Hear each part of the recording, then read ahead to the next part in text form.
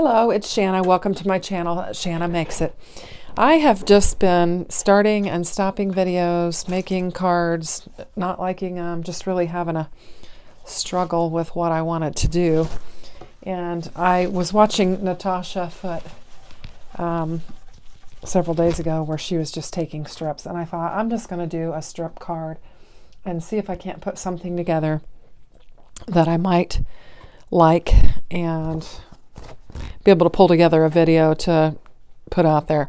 I've been doing some shorts just because I've not been really satisfied with the outcome of each project, and plus it's been just taking too long. So I'm going to try and make a quick card and not take up so much time. I'm really trying to get to some shorter videos so that perhaps more people will watch them through. So I've got a top folding card, and I'm just going to score it at 5.5 is what I'm going to do here. And I'm wondering if I should put my strips on my card panel or on a separate one. I'm thinking I'm going to do it directly to my card panel is what I'm thinking that I'm going to do. So I've just got this Hammer Mill 110-pound cardstock, and I've got all these strips, and this was from some Carta Bella paper, and I thought I would just see what I can come up with here. And I don't even know if I have enough strips here. I have some really short ones that I thought I would use on the like the edges of it is what I was thinking that I would do. I could just put them on there like that. So I think that's what I'm going to do. I'm just going to get started doing this. Hopefully I've got it in frame, and I'm just going to turn it over, run my paper strip on there, and just lay it down on the edge, and then I will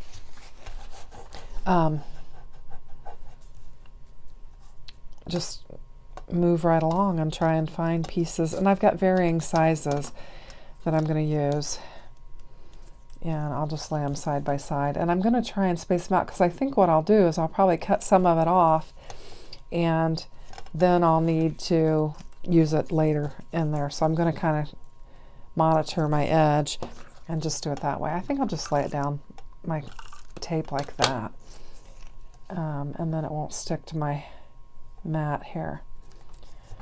So I'm just going to take that, and I'm just looking at my different pieces of what I've got, and I've got some thin ones, and then I've got some thicker ones. So I want to rotate. I did basically 1/4 of an inch and then 1/2 of an inch is what I did on there. So I have no idea what this is going to look like. This is a paper pack, so I mean everything should sort of blend.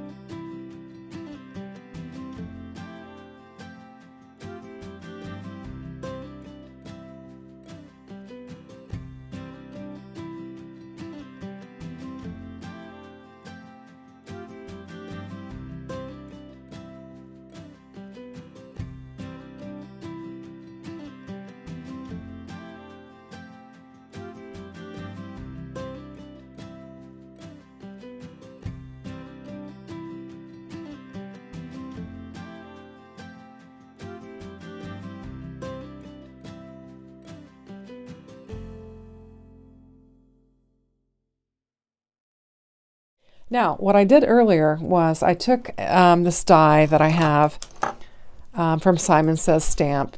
Oops, excuse me about the thing. It comes from Simon Says Stamp. I took it and I die cut it out of on a piece of foam that I had.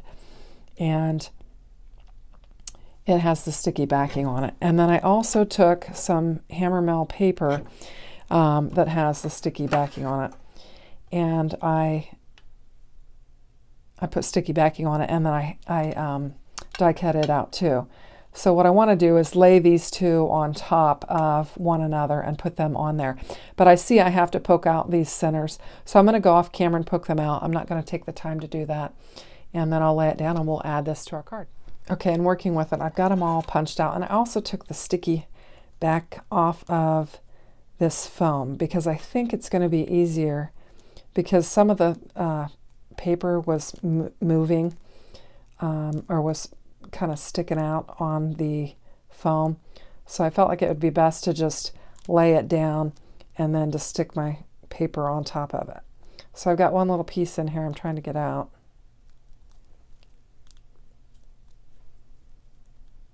It's not wanting to come up. There we go. So I'm just going to lay this down on my card, get it positioned. And then I'm going to take my piece of paper and lay it on top of there. And that's going to provide some really good dimension. So I'm hoping I can get it laid down just right. It looks like the foam actually spread out a little bit. So I don't know if I'm going to be able to do it or not. Yeah, that foam did really spread out. I'm not certain I can get them even lined up together. So I may just have to leave that piece of foam on there like that.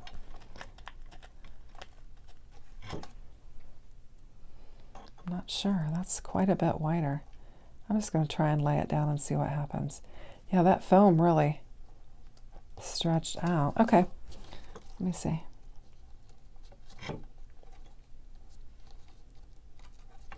I guess I should not have laid it down yet. I should have lined it up. And that's what I'm going to do. I'm lift it up, line it up, get it lined up, then I'll lay it back down. I can work in sections like that, so I think that'll work. That way we can get it lined up better.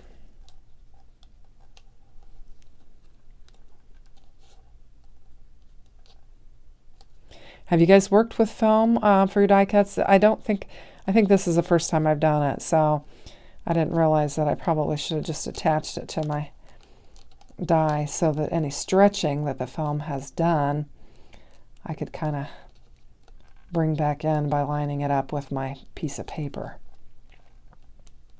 That's just what I'm trying to do here now. And it's going to take a minute. All right, I'm just going to line it up and come back.